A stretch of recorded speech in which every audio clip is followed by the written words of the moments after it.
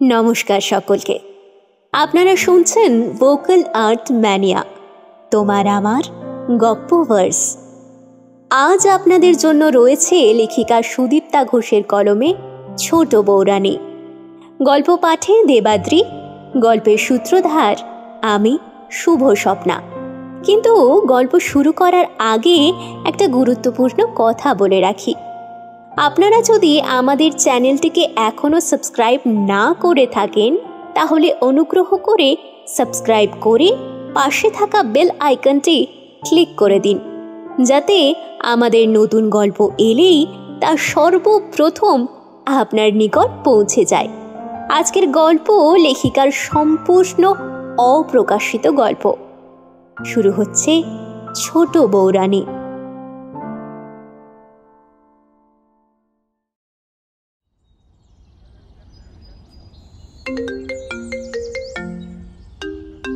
আজ সকালে মোবাইলের রিং হতেই ঘুমটা ভাঙল অহনার।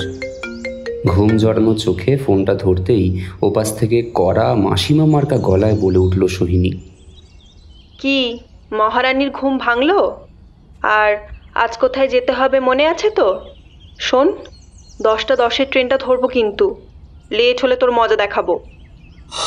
আরে মনে আছে সব। তুই রাস্তার ডিরেকশনটা ঠিক করে জেনে নিয়েছিস তো? সে তোকে মনে করাতে হবে না। তুই তাড়াতাড়ি রেডি হয়ে স্টেশনে চলে আয় মা। আমাকে বেশিক্ষণ দাঁড় করিয়ে রাখিস না যেন। মনে থাকবে তো? সোহিনীর ফোনটা রেখে অহনা ঝটপট উঠে পড়ে। হাতে সময় বেশি নেই। বললে কি হবে, অহনার ওই কুম্ভকর্ণের মতো ঘুম সোহিনীর ফোন ছাড়া ভাঙবে না। তাই কোথাও বেরোবার আগে সোহিনী ফোন করবেই, না হলে হয়তো অহনা ঘুমিয়েই কাটিয়ে দেবে। ওরা দুই বন্ধু পুরনো রাজবাড়ির ওপর থিসিস লিখছে, তাই কলকাতার আশেপাশে যত রাজবাড়ি আছে সব ঘুরে ঘুরে দেখে বেড়ায়, তাদের ইতিহাস জেনে নেয়। আজ ওরা দুজনেই হাবড়ার অশোকনগরে যাবে একটা রাজবাড়ি দেখতে। ওটা প্রায় 150 বছরের পুরনো বাড়ি। বিখ্যাত রায়বর্মনদের জমিদার বাড়ি ছিল। তবে ওরা শুনেছে বাড়ির অবস্থা এখন এতটাই খারাপ যে কারো আর বসবাস করার মতো অবস্থা নেই, এমনিই পড়ে থাকে।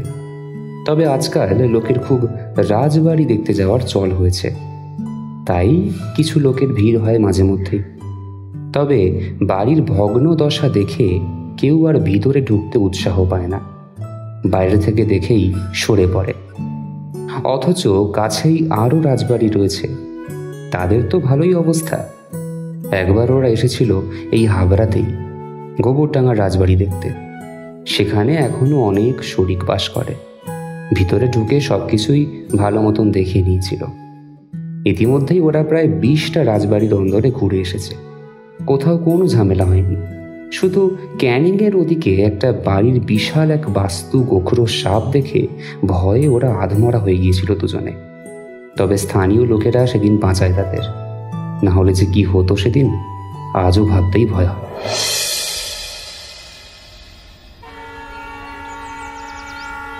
দমদম ক্যান্টনমেন্ট স্টেশন থেকে ওরা একটা ভিড় ট্রেনে উঠল। দম বন্ধ হওয়ার জোগাড় দুজনের। তার উপর সাথে জিনিসপত্র রয়েছে, দামি ক্যামেরা থেকে সব কিছুই। সেগুলো আগে বাঁচাতে হবে।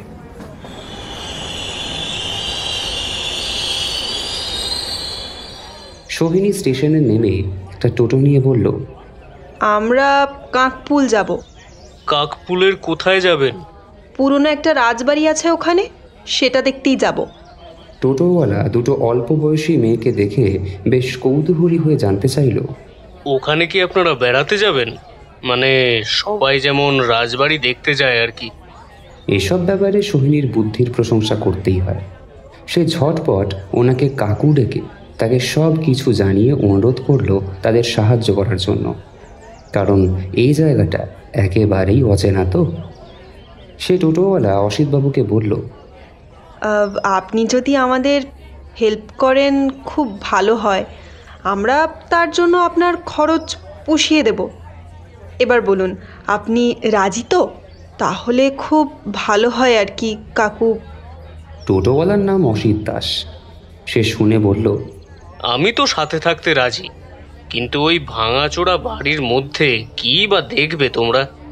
লোকে বলে ওটা নাকি ভূতের আস্তানা। সেরকম কেউ যায় না ওখানে, বাড়ির বাইরেটা দেখেই চলে আসে। শুনেই অহনা কেঁপে উঠল। বলছে কি লোকটা? ওইসব ভূত প্রেত শুনলে তার বড় ভয় হয়। সে একটু ভীতু প্রকৃতির মেয়ে। সোহিনী উত্তর দিল, সে তো ওরকম অনেক কিছুই শোনা যায়, তবে সাজানো গোছানো রাজবাড়ির কোনো গল্প থাকে না। যত গল্প সবই ভাঙাচোরা বাড়িতেই। আমরা তাই ওখানেই যেতে চাই। আপনি আমাদের নিয়ে চলুন। বেশ খানিকটা রাস্তা যাওয়ার পর এসে গেল সেই রাজবাড়ি। দেখি ওদের মনটা দমে গেল। আশেপাশে সেরকম বাড়িও নেই। কি অবস্থা হয়েছে!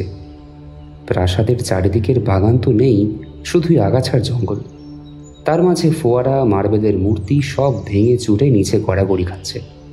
তবে এককালে যে একটা ভালোই রমরমা ছিল তা বোঝাই যায় দেখে। বিশাল একটা গেট মোর্চা ধরে গেছে। খোলবার চেষ্টা করতেই যা আওয়াজ হলো তাতে কানে তালা লাগার জোগাড়। আগাছার রাস্তা পেরিয়ে তারা ভিতরে ঢুকতেই একটা বিরাট কাঠের দরজা। সেটা তালা দেওয়া নেই, তবে জোরে ধাক্কা মারতেই সেটা সশব্দে খুলে গেল।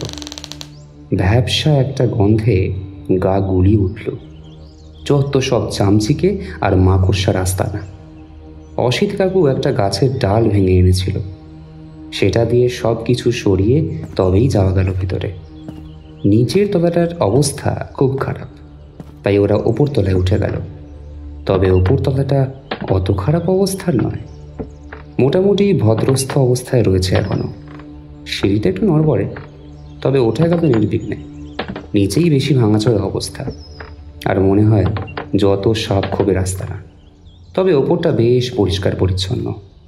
অবাঞ্ছিত কেউ এখানে এখনও বাসা করেনি।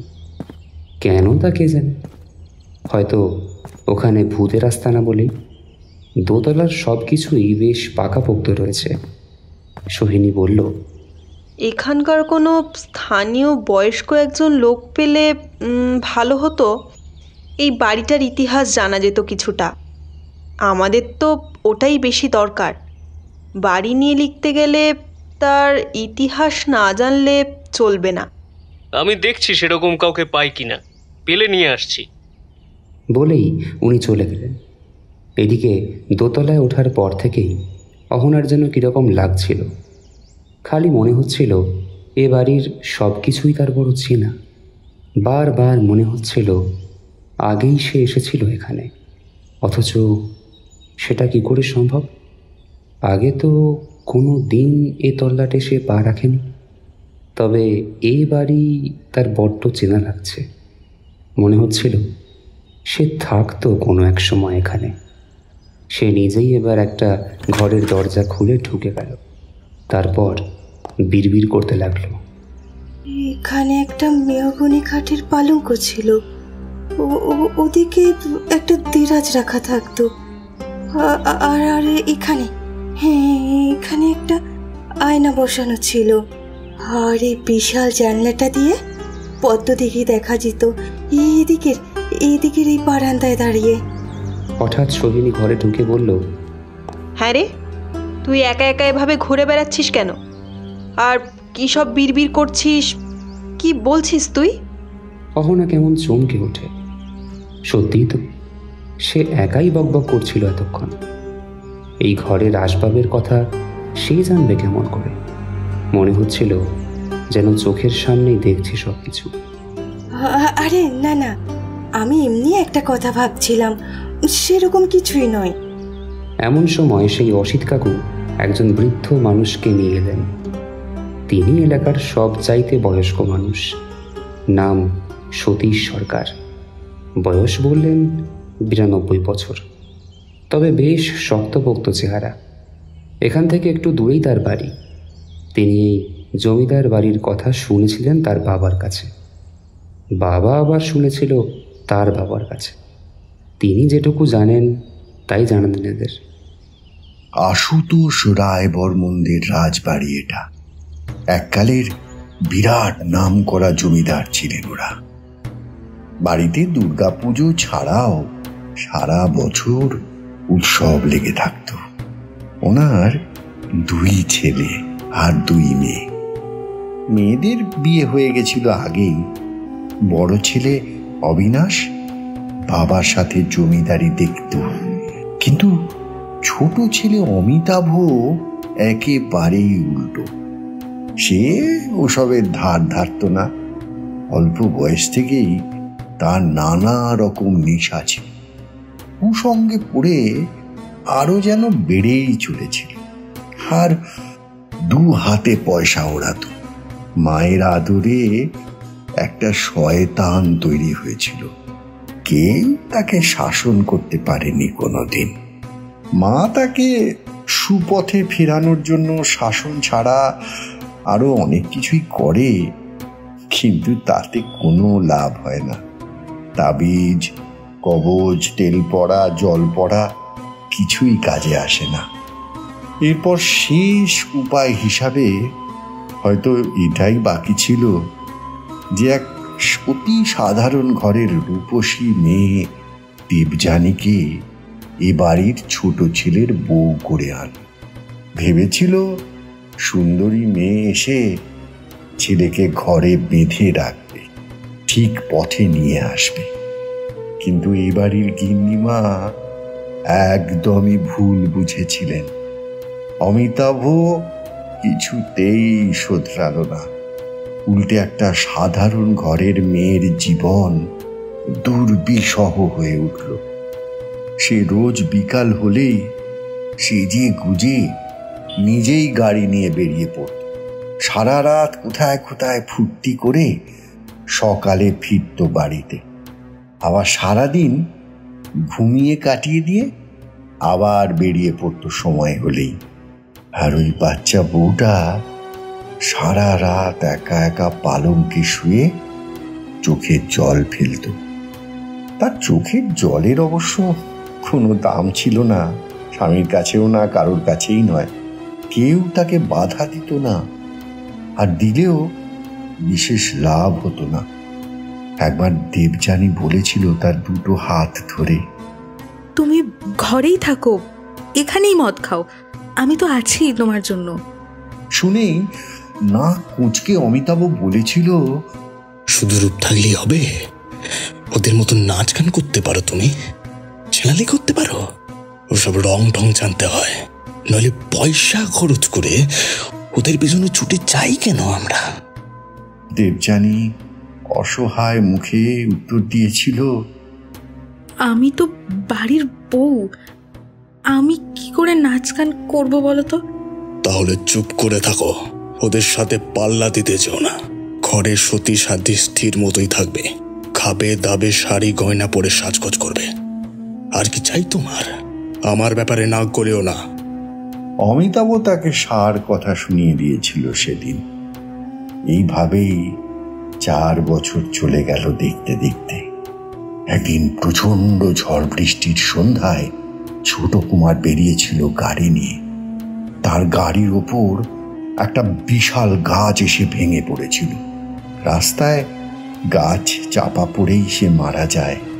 পুরো থেঁত লেগেছিল গাড়ি সমেত দেহটা। তারপর কি হয়েছিল বলুন না। অহনা বেশ উত্তেজিত হয়ে জানতে চাইল। মনে হয় ও উপভোগ করছিল খুব গল্পটা। সতীশবাবু বললেন, এরপর যা হয় আর কি, ওই অল্প বয়সী বউটা সাদা থান আর একাদশীর মধ্যে নিজের জীবন সঁপে দিল, বা বলা যায় দিতে বাধ্য হলো। স্বামী বেঁচে থাকাকালীন দেবযানীর জীবন ছিল একরকম, আর এখন একেবারেই অন্যরকম। নানান বিধি নিষেধের জালে তার দিন কাটত। তাকে ঘরবন্দি থাকতে হতো সারাক্ষণ, আর নানা রকম নিয়ম মেনে দিন কাটাতে হতো। তারপর বেশ কিছুদিন বাদে জমিদারের নায়েব মশাইয়ের এক নাতি এসেছিল এই বাড়িতে। দাদু তাকে কাজ শেখাবার জন্য নিজের কাছে এনে রাখে। তার পড়াশোনায় মন ছিল না, তবে সে খুব ভালো বাঁশি বাজাতো। রাতে তার বাঁশির আওয়াজ ছড়িয়ে পড়তো চারদিকে। তার বাঁশি আর কারোর ভালো লাগুক না লাগুক, দেবযানীর প্রাণ মন জুড়িয়ে যেত শুনে। একসময় কিভাবে যেন সেই বাঁশি বাদকের সাথে জড়িয়ে যায় ছোট কুমারের বিধবার নাম। হয়তো শুধুই রটনা ছিল সেটা, তবে জমিদারদের ব্যাপার তো, অন্দরমহলে কিচ্ছার শেষ থাকে না। আর এ তো এক সাধারণ বাড়ির অসহায় মেয়ে, তার উপর স্বামী নেই, তাই তাকে বুড়ির পাঁঠা করতে অসুবিধে হলো না। সম্পত্তির দাবিদার কমে যাবে, সেটাও একটা কারণ। তাই বাড়ির সম্মান বজায় রাখার নামে তাকে ওই পিছনের দিকের পদ্ম দিঘিতে ডুবিয়ে মারা হয়। আর ওই নায়েবের নাতিকেও গোপনে কোথাও বন্দি করে রাখা হয়। সেও সেখানেই আত্মহত্যার পথ বেছে নেয়। থামলেন কেন? তারপর কি হলো? অহনার ব্যগ্রতায় সবাই বেশ অবাক হলো। বিশেষ করে সোহিনী তো গোল গোল চোখ করে তাকে দেখছিল, কিন্তু অহনার সেসবে মন নেই। সে এই রাজবাড়ির বাকি ইতিহাস জানতে উদ্গ্রীব হয়ে আছে। বৃদ্ধটি বলল, এরপরে তো যা হবার তাই হলো। বিনা দোষে মরতে হলো দুটো অসহায় মানুষকে, আর মৃত্যুর পর তাদের অতৃপ্ত আত্মার হাহাকার সারা প্রাসাদে শোনা যেত। রাত হলেই সাদা থান আর এক ঢাল মেঘের মতো খোলা চুল নিয়ে দেবযানীর আত্মা ঘুরে ফিরে বেড়াতো। সবাই খুব ভয়ে ভয়ে থাকতো। রাত নামলেই কেউ আর বাইরে বেরোতেই চাইতো না। ছোট বৌরানীর কান্নার আওয়াজ আর ছেলেটার বাঁশির আওয়াজ আশপাশের লোকজনও শুনতে পেয়েছে। তারপর এই বাড়ির বড় কর্তা মারা যেতেই সবাই এই ভুতুড়ে বাড়ি ছেড়ে চলে গেল কলকাতায়। বাড়ির এত বদনাম হয়েছিল যে সেটা বিক্রিও হলো না কোনোদিন। আজও রাত বিরেতে কান্নার আওয়াজ আর বাঁশির সুর শোনা যায় এই বাড়ির আনাচে কানাচে। সরকার মশাই তার বক্তব্য শেষ করতেই সোহিনী বলল, তাহলে বলছেন এটা একটা ভুতুরে জমিদার বাড়ি, তাই তো? সরকার মশাই বললেন, তেমনই তো বদনাম এলাকার লোকের কাছে। আমরাও অনেক দিন সেই কান্নার আওয়াজ পেয়েছি।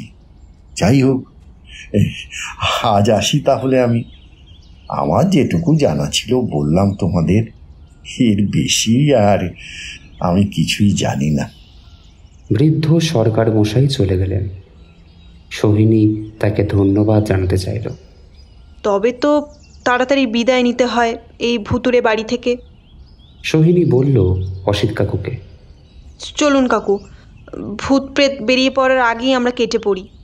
বিকেল হয়ে আসছে, ফিরতেও হবে কত দূর। আরে অহনা গেল কোথায়? তাকে তো দেখছি না। মেয়েটা জ্বালালো দেখছি। জিনিসপত্র গোছাতে গোছাতে বলল সোহিনী। অসিতবাবু বললেন, আচ্ছা আমি দেখছি, তিনতলায় গেল নাকি, দাঁড়াও একটু দেখে আসি। অসিত সিঁড়ি দিয়ে তিনতলার ছাদে গিয়ে দেখে অহনা ছাদের কিনারে দাঁড়িয়ে এক দৃষ্টে দূরের দিকে তাকিয়ে আছে। কি দেখছে এত মন দিয়ে? অসিতবাবু দেখলেন একটা বিশাল মজা পুকুরের দিকে তাকিয়ে রয়েছে মেয়েটা। উনি ডাকতেই চমকে উঠে বলল, এটা সেই পদ্ম পুকুর যেখানে দেবযানীকে ডুবিয়ে মারা হয়েছিল। কেমন ঘোর লাগা গলায় বলল মেয়েটা। অসিতবাবু একটু অবাক হয়ে বলল, তুমি জানলে কি করে এটাই সেই পদ্মপুকুর? অহনা এবার নিজেকে সামলে নিল। আন্দাজ করলাম কাকু, কারণ ছাদ থেকে এই পুকুরটাই তো দেখতে পাচ্ছি। এবার নিচে চলো, তোমার বন্ধু বেরোবে বলছে। অসিতবাবু বললেন অহনাকে। হ্যাঁ, আজ তো যেতেই হবে, কিন্তু আমাকে আবার আসতে হবে এখানে। অসিতবাবু সেটা খেয়াল করল না।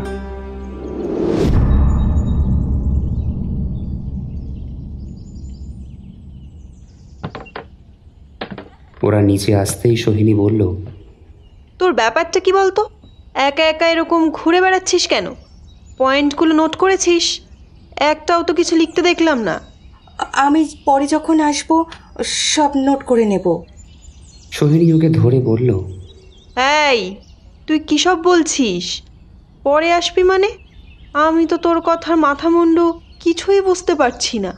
ও কিছু না রে, এমনি বললাম। চল নিচে যাই, অসিত কাকু টোটো নিয়ে অপেক্ষা করছে আমাদের জন্য। ওদের দুজনকে স্টেশন পৌঁছে দিল অসিতবাবু।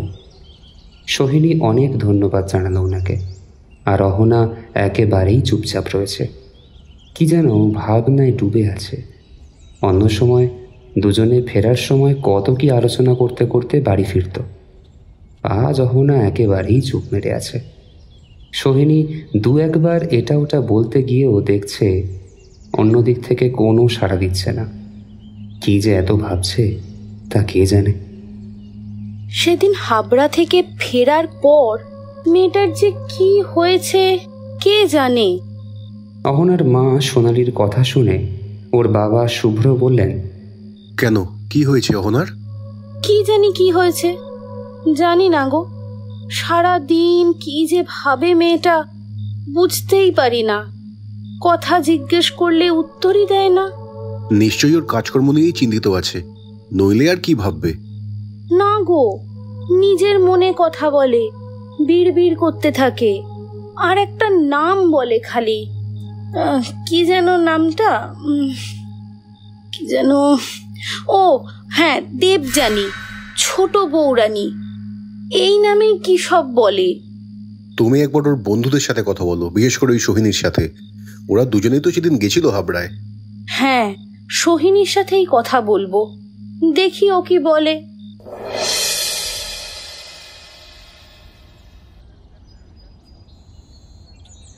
দুপুরে খেতে বসে অহনা মাকে বলল, আমার মাথায় কত লম্বা চুল ছিল, সব কেটে দিয়েছ কেন? সোনালী একটু অবাক হয়ে বলল, তোর আবার অত বড় চুল কোথায়?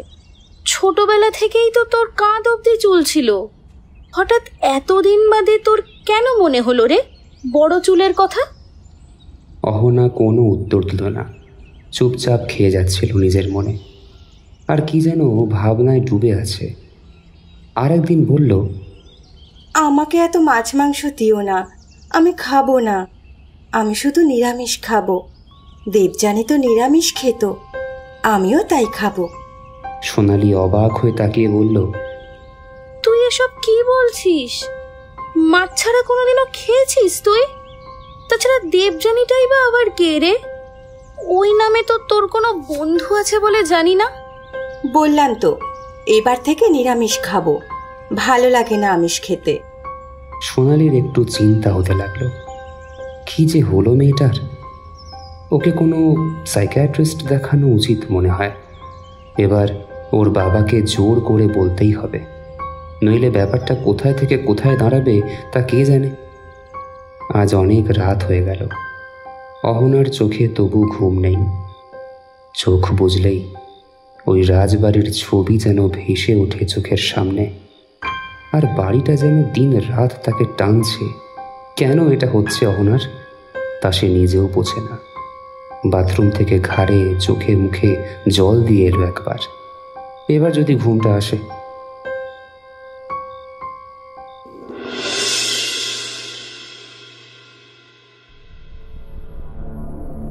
শোনো, আজ কিন্তু একাদশী, এক ফোঁটা জলও খাওয়া চলবে না, মনে থাকবে তো? আমার বাছাটাকে তো সাত সকালে খেয়ে বসে থাকলে। এখন সে যেখানে গেছে সেখানে যাতে শান্তিতে থাকে সেই কাজটাই করো, নিয়ম মেনে। কোনো অনিয়ম যেন না হয়, মনে থাকে যেন। একটা মাঝবয়সী এক গা গয়না পরা গিন্নিমা গোছের মানুষ নাকের নথ নেড়ে দেবযানীকে বলে চলে গেল। উনি দেবযানীর শাশুড়ি, দুর্লতা দেবী। দেবযানী নিঃশব্দে মাথা নাড়ল, মনে মনে ভাবে, যে মানুষটা তাকে কোনো দিন স্ত্রীর সম্মান দিল না, তার দিকে ফিরে তাকালো না, অথচ তার মৃত্যুর পর নাকি তাকে একাই এত কষ্ট করতে হবে। কিন্তু কেন? কিসের জন্য? দেবযানীর মনটা যেন এই সব নিয়মের বিরোধিতা করতে চায়, কিন্তু পারে না। তার যে হাত পা বাঁধা, তাছাড়া তার পাশে কেউ তো নেই। বাপের বাড়ির অবস্থা তথৈবচ, ওখানে গিয়ে থাকার কথা সে ভাবতেই পারে না। তার বুক ঠেলে একটা দীর্ঘশ্বাস বেরিয়ে এলো। এ বাড়িতে তার একমাত্র শুভাকাঙ্ক্ষী মনিকা। এ বাড়ির নিয়ম অনুযায়ী বউদের একজন করে নিজস্ব পরিচারিকা থাকে। মনিকা হলো দেবযানীর খাস দাসী। দুজনে একই বয়সী। মনিকার সাথে সব কথা আলোচনা করে দেবযানী। ওর বুকের ভিতর যন্ত্রণার কথা একমাত্র মনিকাই জানে। খুব ভালোবাসে তাকে। ওর দুর্ভাগ্যের কথা ভেবে মনে মনে খুব কষ্ট পায় মনিকা। এমনকি গিন্নিমার অনুমতি নিয়ে রাতের বেলা সে দেবযানীর ঘরেই থাকে। বিধবা হওয়ার পর থেকেই মনিকা দেবযানীকে দেখে আর ভাবে, মেয়েটা যেন সোনার খাঁচায় বন্দি এক পাখি, যার খোলা আকাশে উড়ে বেড়াবার ক্ষমতা নেই। সারা দিন একটা ঘরে আটকে রাখে নিজেকে। দেবযানীর জন্য মনিকার বুকের ভিতর হু হু করতে থাকে, কিন্তু তারও তো হাত পা বাঁধা।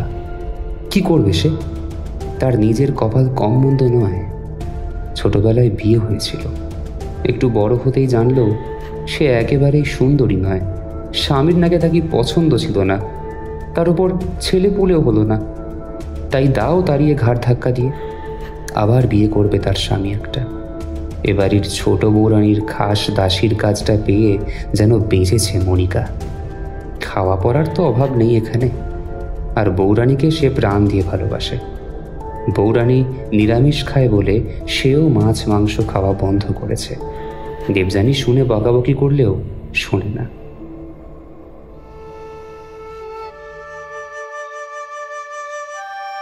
আজ আবার সেই বাঁশির সুর ভেসে আসছে। কদিন ধরেই বাঁশি শুনতে শুনতে দেবযানী ঘুমিয়ে পড়ে। এই পোড়া চোখে ওই বাঁশির সুর ঘুম এনে দেয়। কিন্তু কে বাজায় এত সুন্দর বাঁশি, তা কে জানে। দেবযানীর সেই বাঁশিওয়ালাকে দেখতে ইচ্ছে করে। এই ঘরের মেঝে বিছানা পেতে মনিকা অঘরে ঘুমায়। সারা দিন ধরে পরিশ্রম করে সে। এ ঘরে শুধু মনিকা ছাড়া আর কেউ তেমন আসে না। আর দেবযানীর তো ঘরের বাইরে যাওয়া নিষেধ। তার বৈধব্যের ছায়া নাকি এবাড়ির বড় বউ মাধুরীলতার উপর পড়বে, তাতে তার ক্ষতি হবে ভয়ানক। এসব শুনে দেবযানীর হাসি পায় খুব। আগে মাধুরীলতার বাচ্চা মেয়েটা মিলি একসময় তার খুব নেওটা ছিল। বেশিরভাগ সময়ই তার কাকিমুনির কাছে থাকত, কিন্তু বিধবা হওয়ার পর থেকে তার কাছে আর ঘেঁষতে দেয় না মেয়েটাকে। এমনিতেই বড় যা বরাবর তাকে করুণার চোখে দেখে। একে গরিব বাড়ির মেয়ে, তাতে স্বামীর অবহেলা ছাড়া ভালোবাসা পায়নি। তার থেকে রূপসী হলে কি হবে? কপাল যে বড় মন্দ তার। দেবযানীর তো এখন এই ঘরটাই জগৎ। বাইরে সে খুব একটা বেরোয় না আজকাল। তার শাশুড়ির মানা আছে। তার মেঘের মতো এক ঢাল কালো চুলটাকেও তিনি ছিঁটে দিতে চেয়েছিলেন। দেবযানী তার হাতে পায়ে ধরে সেটা রদ করেছে। তবে শর্ত আছে, তার চুল বাঁধা যাবে না কখনো। দেবযানী তাতেই রাজি। আজ মানদা মাসি ঘর পরিষ্কার করতে এলে তাকেই প্রশ্নটা করল সে। রোজ রাতে কি এত সুন্দর বাঁশি বাজায় গো মাসি? মানদা তার দিকে অবাক হয়ে তাকিয়ে বলল, ও মা, তুমি জানো না কিছু? আমাদের নায়েব মশাই তার নাতিকে নিজের কাছে এনে রেখেছেন কিছুদিন হলো। তার নাকি কাজে কর্মে কোনো মন নেই, সারাদিন শুধু বাঁশি নিয়েই থাকে। তাই তার দাদু নায়েবের কাজ শেখাবার জন্য দেশ থেকে তাকে আনিয়েছে। ও, তা উনি বুঝি বাঁশি বাজান? ভারী সুন্দর লাগে কিন্তু শুনতে। হ্যাঁ, সারা দিন ব্যস্ত থাকলে কি হবে, রাতের বেলা তার বাঁশি বাজানো চাই চাই। তবে গিন্নিমা আবার রাগারাগি করেন, তার ঘুমের ব্যাঘাত হয় বলে। আজ রাতে আবারও বাঁশি শুনে দেবযানী ছুটে গেল ঘরের বাইরে ঝুল বারান্দায়। মনিকা ঘরের মেঝেই বিছানা করে অঘরে ঘুমোচ্ছে। সারাদিন কম খাটুনি তো যায় না তার, নামেই ছোট বৌরানীর খাসদাসী, সবার কাজই তাকে করতে হয়। ছোট বৌরানীর কি আর তেমন কাজ আছে? দেবযানী বারান্দায় গিয়েই দেখতে পেল সেই মানুষটাকে। বাগানের মধ্যে একটা বেদির নিচে বসে এক মনে বাঁশি বাজাচ্ছে। বাজানো শেষ হলো এক সময়। তারপর সে চোখ তুলে সামনে তাকাতেই দেখতে পেল দোতলার বারান্দায় দাঁড়িয়ে থাকা শুভ্র বসনা দেবযানীকে। অন্ধকার বারান্দাটা তার রূপে যেন আলো হয়ে আছে। সুমন্ত অবাক হলো, তার বাঁশি কেউ মন দিয়ে শুনছে দেখে। ইনি তাহলে এবাড়ির ছোট বৌরানী। সুমন্ত তার দাদুর কাছে এ বাড়ির সবার কথাই শুনেছে, কিন্তু ছোট বৌরানী যেন তার মনে আলাদা করে জায়গা করে নিয়েছে। মানুষটার জন্য তার ভারী কষ্ট হয়। ঈশ্বর কারোর কারোর ভাগ্য এমন করে কেন তৈরি করেন তা কে জানে। এরপর রোজ রাতে এটা চলতেই থাকলো। সুমন্ত মন প্রাণ দিয়ে বাঁশি বাজায় আর একজন মুগ্ধ হয়েই শোনে। কেউ কারোর সাথে কথা বলে না, অথচ দুজনেই দুজনের মনের ভিতর চলা কথাগুলো যেন বুঝতে পারে।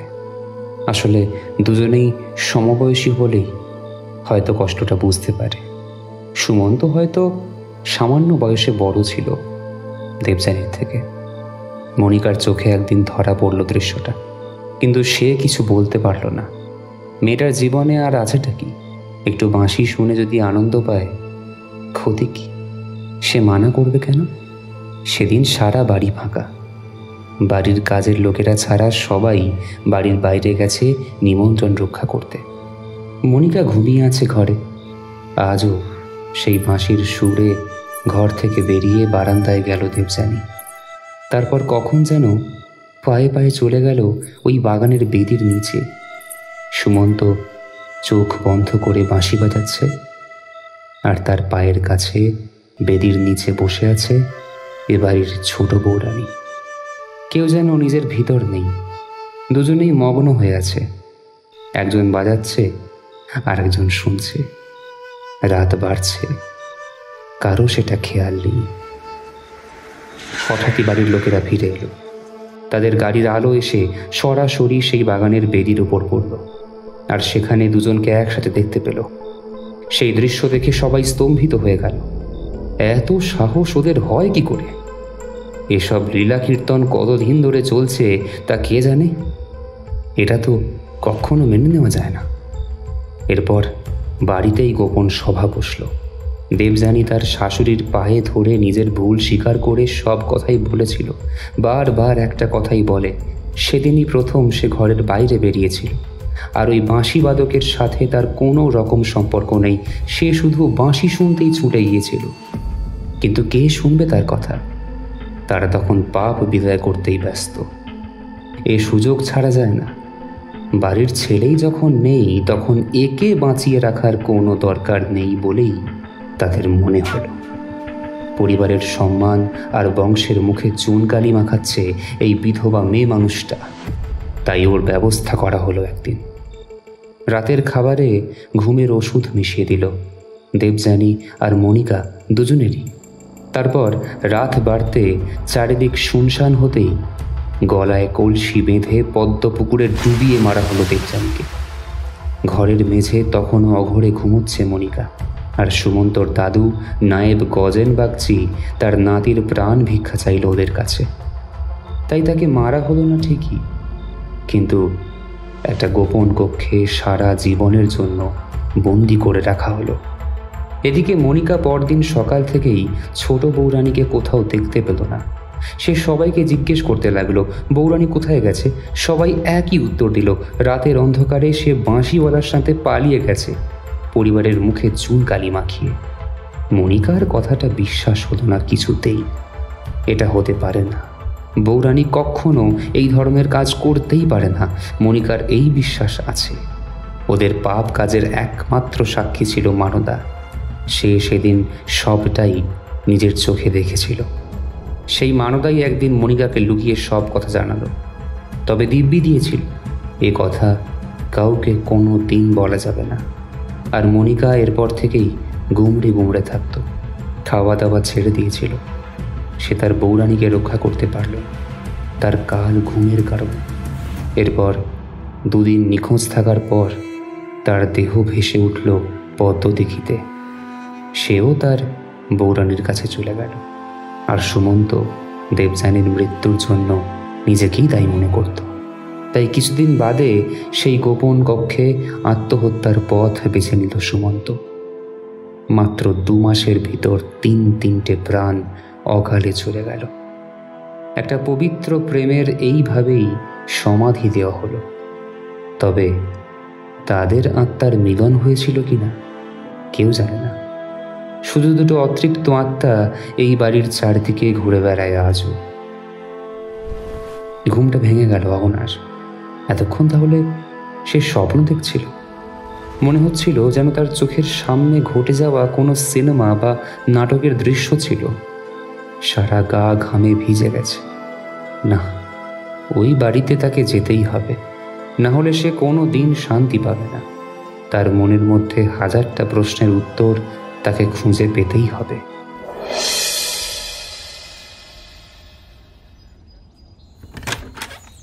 অহনা জামাকাপড় ছেড়ে বাড়ির বাইরে বেরিয়ে পড়ল। কেউ তাকে খেয়াল করল না। মা রান্নাতে ব্যস্ত আর বাবা স্নানে গেছে। মোবাইলটা রেখে গেল টেবিলের উপর। রোজ সকাল 9টায় অহনা ঘুম থেকে ওঠে। আজ সোনালি খেয়াল করল প্রায় 9:30 বাজে, এখনও ওঠার নাম নেই মেয়েটার। মাথাটা কি এমনি গরম হয়? দুমদাম করে পা ফেলে ওর ঘরের দরজা ধাক্কা মারল। অমনি দরজা খুলে গেল। ঘর ফাঁকা, কেউ তো নেই। গেল কোথায় মেয়েটা? সারা বাড়ি খুঁজে কোথাও দেখতে পেল না। এদিকে তো ফোনটাও ঘরেই আছে। একবার ভাবল অহনার বাবাকে ফোন করে বলে, সে হয়তো এখনও অফিস পৌঁছয়নি।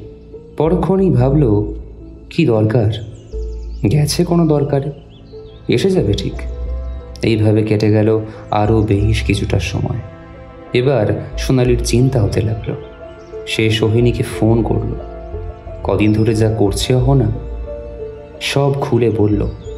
সোহিনী তো শুনেই অবাক। সে বলল, তুমি আগে কেন বলনি আমায় এসব কথা? আচ্ছা ঠিক আছে, দেখছি, তুমি চিন্তা করো না, ঠিক খুঁজে পাবো ওর। সোহিনী বুঝে উঠতে পারে না এই 7 সকালে মেয়েটা গেল কোথায়, তাও আবার ফোন রেখে। সে তাদের সমস্ত কমন ফ্রেন্ডদের ফোন করতে লাগলো। অহনা তাদের কাছে গেছে নাকি? সবাই বলল না, অহনা আসেনি। এবার কি করবে সোহিনী? হঠাৎ একটা চিন্তা তার মাথায় এলো বিদ্যুৎ চমকের মতো। সে তার নাম্বারে ডায়াল করতে লাগলো। এই বিপদে এই মানুষটাই হয়তো বিপদ তাড়ন হয়ে দাঁড়াবে।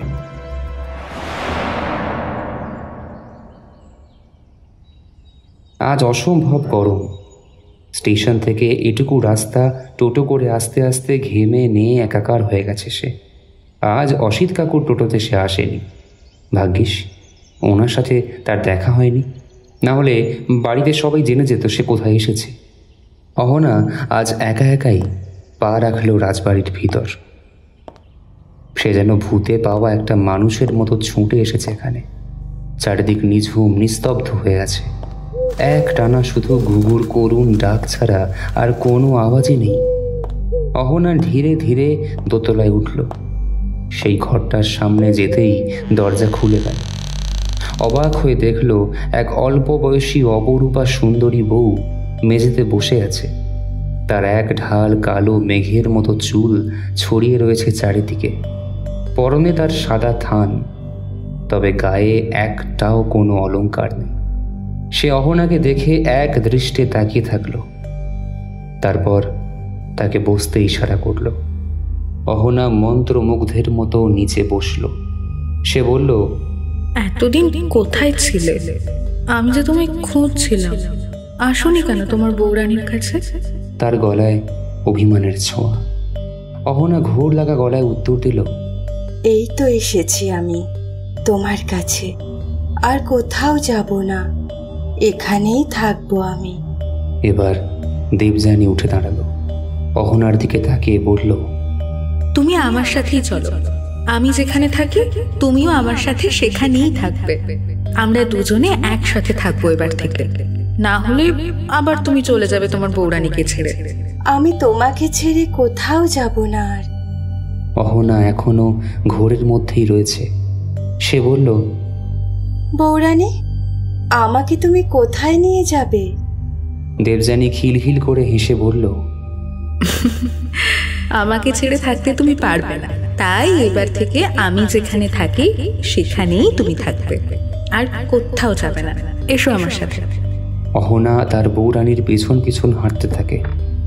সে সিঁড়ি দিয়ে নিচে নেমে পেছন দিকের দরজা খুলে বাইরে বাগানের দিকে চলে যায়, আর পেছনের জঙ্গলের বাগান পেরিয়ে সেই পদ্মপুকুরের সামনে এসে দাঁড়ালো।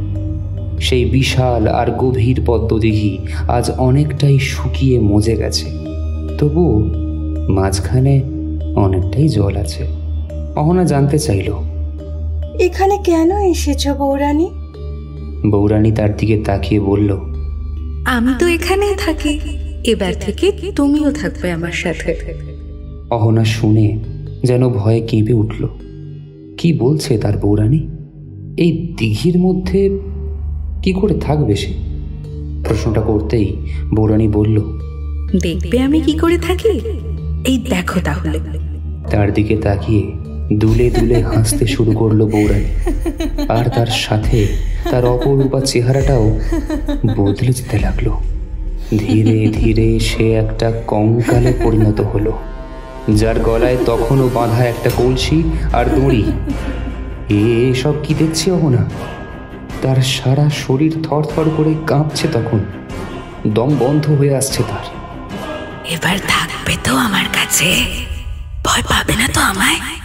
এসো এসো আমার সাথে, চলে এসো।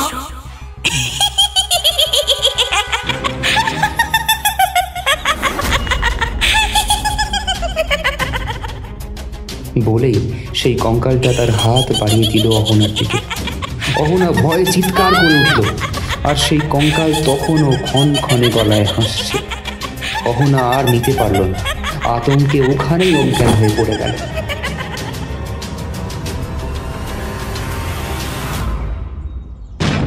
অসিত কাকু স্থানীয় কিছু লোকজন সাথে নিয়ে এই জমিদার বাড়িতে ঢুকে পড়ল, কারণ তাকে সোহিনী ফোন করে বলেছে তার বন্ধু অহনাকে কোথাও খুঁজে পাওয়া যাচ্ছে না। আজ সকাল থেকেই দুপুর হয়ে গেছে, যা করবার বিকালের মধ্যেই করতে হবে। সন্ধে নামলে এ তল্লাটে কেউ পা রাখবে না। কিন্তু সারা বাড়ি ঘুরে ওরা কেউ অহনাকে খুঁজেও পেল না। অস্থির হয়ে সোহিনী বারবার ফোন করতে থাকে। অসিত কাকু তাকে জানালো, সমস্ত বাড়ি ঘুরে দেখলাম, তোমার বন্ধু তো কোথাও নেই, হয়তো এখানে সে আসেইনি। শুনেই ওরা খুব ভয় পেয়ে গেল। তাহলে গেল কোথায় মেয়েটা? সোনালি তো কাঁদতে শুরু করে। সোহিনী বলল, কাকু আপনি একবার বাড়ির আশপাশটাও দেখুন, হয়তো বাড়ির বাইরে কোথাও গেছে, সেটাও তো হতে পারে। অসিতবাবু এবার তার লোকজন নিয়ে রাজবাড়ির আশেপাশে খুঁজতে বেরোল। সারা বাগান খুঁজেও যখন ওকে পাওয়া গেল না, একজন পদ্মপুকুরের দিকে গেল, আর তখনই সে চিৎকার করে ডাকলো সবাইকে। সবাই ছুটে গিয়ে দেখল ওই পদ্মদিঘির সিঁড়ির চাতালে অজ্ঞান হয়ে পড়ে আছে অহনা। নাকের কাছে হাত নিয়ে দেখলো অসিত কাকু নিঃশ্বাস পড়ছে।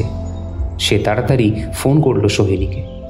সব শুনে সোহিনী বলল তারা এক্ষুনি রওনা দিচ্ছে, আর অহনাকে ওখান থেকে সরিয়ে কারোর বাড়িতে নিয়ে রাখতে। সবাই মিলে তাই করল। ওই বাড়ি থেকে অহনাকে বের করে সতীশ সরকারের বাড়িতে নিয়ে তুলল সবাই মিলে। একটা ঘরে নিয়ে গিয়ে সেই ঘরের বিছানার উপর শুইয়ে দিল ওকে। এবার অহনার বাড়ির লোক না এলে কিছুই করা যাবে না। সতীশ সরকারের বাড়ির মেয়েরা চোখে মুখে জল দিয়ে জ্ঞান ফেরানোর চেষ্টা করলো মেয়েটার, কিন্তু অনেক চেষ্টা করেও ওর জ্ঞান ফিরল না। অসিত কাকু এবার সোহিনীকে ফোন করে জানালেন সব কিছু। সোহিনী বলল তারা এক্ষুনি আসছে ওখানে। গাড়ি করে রওনা দিয়েছে সবাই। কলকাতা থেকে ওরা সরাসরি গাড়ি নিয়েই চলে এলো 2 ঘন্টার মধ্যে। মেয়ের এই অবস্থা দেখে সোনালি তাকে জড়িয়ে ধরে কাঁদতে শুরু করলো। এখন কি করা হবে? কেউ বলছে ডাক্তার ডাকতে, আবার কেউ বলছে ডাক্তার ডেকে কি হবে, ওকে নিশ্চয়ই ভূতে ধরেছে, না হলে ওই ভূতুরে বাড়িতে কেউ যায় একা একা? কোনো তান্ত্রিক বা ওঝা ডাকা দরকার। সতীশ সরকার সেটাই সমর্থন করলেন। সোনালি আর শুভ্র তাকে বলল, আপনারা যা ভালো বোঝেন তাই করুন, আমরা তো কিছুই বুঝে উঠতে পারছি না, আর এখানকার কিছুই চিনি জানি না। আমরা শুধু চাই আমাদের মেয়েটা সুস্থ হয়ে উঠুক। সতীশ সরকার কাকে যেন কোনো মন্দিরের তান্ত্রিককে আনার কথা বলল। পারলে উনি পারবেন এই সমস্যার সমাধান করতে। উনি একজন সিদ্ধ পুরুষ। এরপর আধ ঘন্টা বাদে একজন সেই তান্ত্রিককে নিয়ে এলো। বেশ বয়স হয়েছে, কিন্তু শক্ত সমর্থ চেহারা। ওনার নাম তান্ত্রিক শিবানন্দ। এই গ্রামের ভিতর দিকের এক কালী মন্দিরের উপাসক উনি। উনি এসে সব কথা শুনলেন প্রথম থেকে। তারপর অহনাকে ভালো করে দেখে বললেন, আপনারা সবাই ঘর থেকে চলে যান, আমি ওকে সুস্থ করে তুলছি, কোনো ভয় নেই, সব ঠিক হয়ে যাবে। ওর কি হয়েছে একটু বলবেন? আমরা তো কিছুই বুঝতে পারছি না। ও আসলে পুনর্জন্ম নিয়েছে। এই রাজবাড়ির সাথে ওর কোনো সম্পর্ক ছিল, যার জন্য সেই দিন দেখার পর থেকেই ও অত অস্থির হয়ে উঠেছিল। ঘর থেকে সবাই চলে গেল, শুধু সোনালি সেখানে থাকলো। তান্ত্রিক বাবা তার ঝোলা থেকে একটা ছোট সিঁদুর মাখানো মন্ত্রপুত লাঠি আর আয়না বার করলেন। তারপর সেটা অহনার কপালে ঠেকিয়ে মন্ত্র পড়তে লাগলেন, আর আয়নাটার দিকে তাকিয়ে রইলেন। প্রায় আধ ঘন্টা এভাবেই কেটে গেল। অহনা মাঝে মধ্যেই কেঁপে উঠছে, কিন্তু উনি একইভাবে বসে আছেন। তারপর অহনার কপালে একটা বিশাল সিঁদুরের টিপ দিয়ে আবার কি সব মন্ত্র পাঠ করতে লাগলেন। তারপর সব ছেড়ে অহনার শরীরে মন্ত্রপুত জল ছিটাতে লাগলো। অহনা এবার চোখ মেলে তাকালো। মাকে এখানে দেখে অবাক হয়ে গেল। উঠবার চেষ্টাও করলো, কিন্তু পারল না। সোনালি গিয়ে মেয়েকে জড়িয়ে ধরল, আর জ্ঞান ফিরেছে শুনে সোহিনী আর শুভ্র ঘরে ঢুকলো। সোহিনী গিয়ে অহনার পাশে বসল। আপনার মেয়ে 150 বছর আগে এই রাজবাড়িতেই ছিল, ছোট বৌরানীর সাথেই থাকতো, তাকে প্রাণ দিয়ে ভালোবাসতো। তখন তার নাম ছিল মনিকা। এরপর শিবানন্দ ওই রাজবাড়ির সমস্ত ঘটনা এক এক করে খুলে বলল। বৌরানীর মৃত্যু মনিকা মেনে নিতে পারেনি।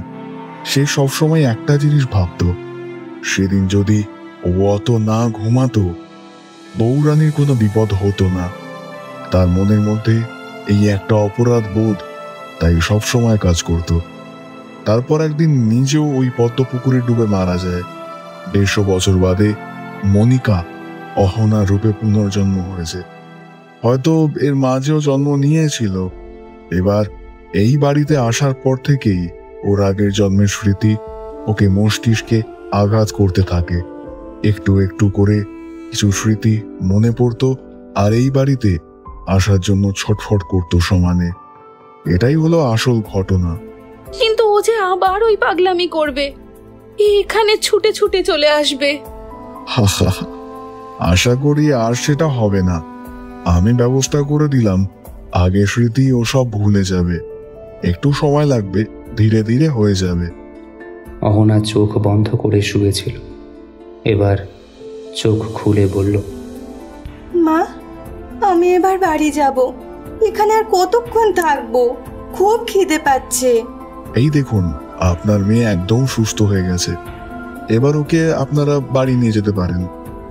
অহনা শিবানন্দকে দেখিয়ে ওনার পরিচয় জানতে চাইল। উনি আজ তোকে পুনর্জন্ম দিলেন, ওনাকে আগে প্রণাম কর। সোহিনী উঠে ওনাকে প্রণাম করতেই উনি আশীর্বাদ করে বললেন, আর কোনোদিন এখানে আসবে না, মনে থাকবে তো? অহনা ওনার দিকে অবাক হয়ে তাকিয়ে মাথা নাড়ল, যদিও সে তখন কিছুই বুঝতে পারছিল না।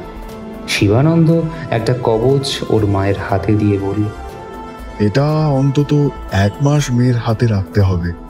আর কোনো চিন্তা নেই, আপনারা নিশ্চিন্তে বাড়ি যেতে পারেন। এবার আপনারা দয়া করে একটু একটু চা অন্তত খান। ওরা সবাই মিলে একসাথে বসে চা বিস্কুট খেলো সতীশ সরকারের বাড়িতে। এবার সবাইকে ধন্যবাদ জানিয়ে বাড়ির পথে রওনা দিল।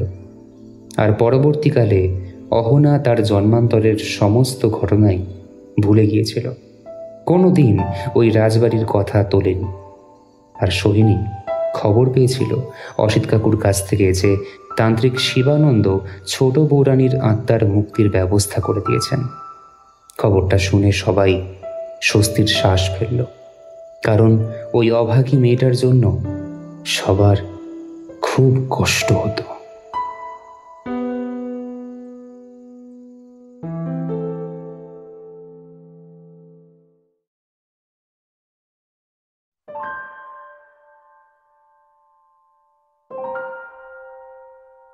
এতক্ষণ শুনছিলেন ছোট বৌরানী, রচনায় সুদীপ্তা ঘোষ। সোহিনীর চরিত্রে ছিল দিশারি, অহনার চরিত্রে পূজা চক্রবর্তী, অসিত কাকুর চরিত্রে রুদ্রনীল, সতীশ সরকারের চরিত্রে সুদীপ কুমার দে, দেবযানীর চরিত্রে খুশি, অমিতাভর চরিত্রে দেবদূত, সোনালীর চরিত্রে অন্বেষা, শুভ্রর চরিত্রে প্রতনু, তরুলতা দেবীর চরিত্রে কৃষ্ণকলি, মানদার চরিত্রে সংহিতা, শিবানন্দ তান্ত্রিকের চরিত্রে দেবদাস।